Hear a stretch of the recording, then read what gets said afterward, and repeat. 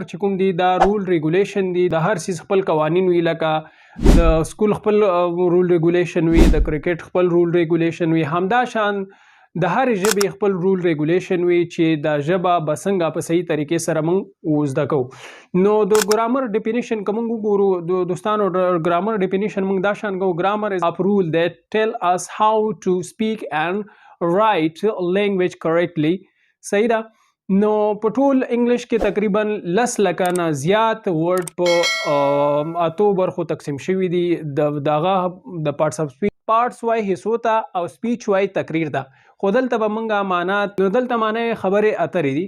نو په دې ویډیو کې به زه تاسو ته د پارټس اف سپیچ صرف انټروډکشن وکم، او پر روانه ویډیو کې به موږ بیا A to Z پورې ټول پارټس اف سپیچ په ډیټیل سره وایو. په هغې کې موږ سره ناون، پروناون، ورب، ایډورب، adjective, preposition, conjunction, نو په دې کې د ټول نه مهم چې دی هغه ناون د موږ سره، یعنی ناون چې دی هغه د نو ټول پارټس اف سپیچ چې دی هغه لدینا اخوا او دیخوا ګرځي را ګرځي. صحیح ده.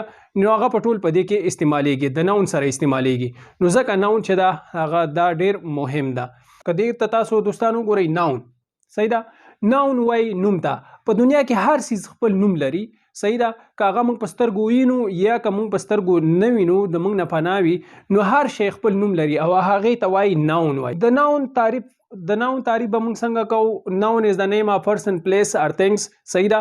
یا موږ دا شان هم ویلی شو چې any naming words are called noun. صحیح ده. اوس دوستانو دا خو د دې ډیفینیشن شو.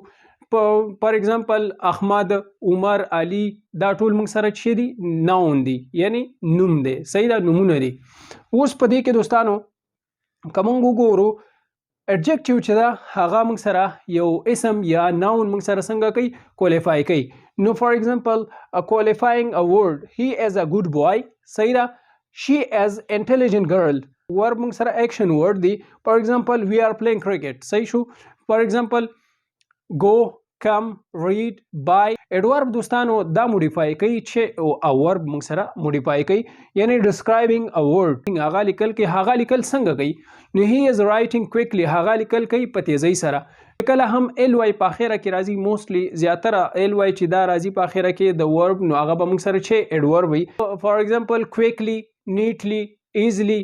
پروناون چې دی دا ریپلیسینګ ورډ دی، د ناون په ځای کې استعمالیږي. فار ایگزامپل زه، نو آی، هغه، هی، هغې د پاره شي موږ استعمالو، او موږ د پاره وی، د دوی د پاره دی موږ استعمالو. نو دا موږ سره پروناون، د پروناون زیاتره د ناون په ځای کې استعمالیږي. نو اوس راځو دوستانو موږ سره پریپوزیشن. اوس پریپوزیشن څه کار ده؟ پریپوزیشن زیاتره وخت که موږ سوچ وکړو، فار ایگزامپل آی ایم ان د کلاس، زه په کلاس کې یم. دا ناون چې ده د دې موقعیت په کوم ځای کې ده؟ ان د کلاس، زه په کلاس کې یم. نو ریلیټینګ ورډ دی دا. فار ایگزامپل انډر، ان، آن.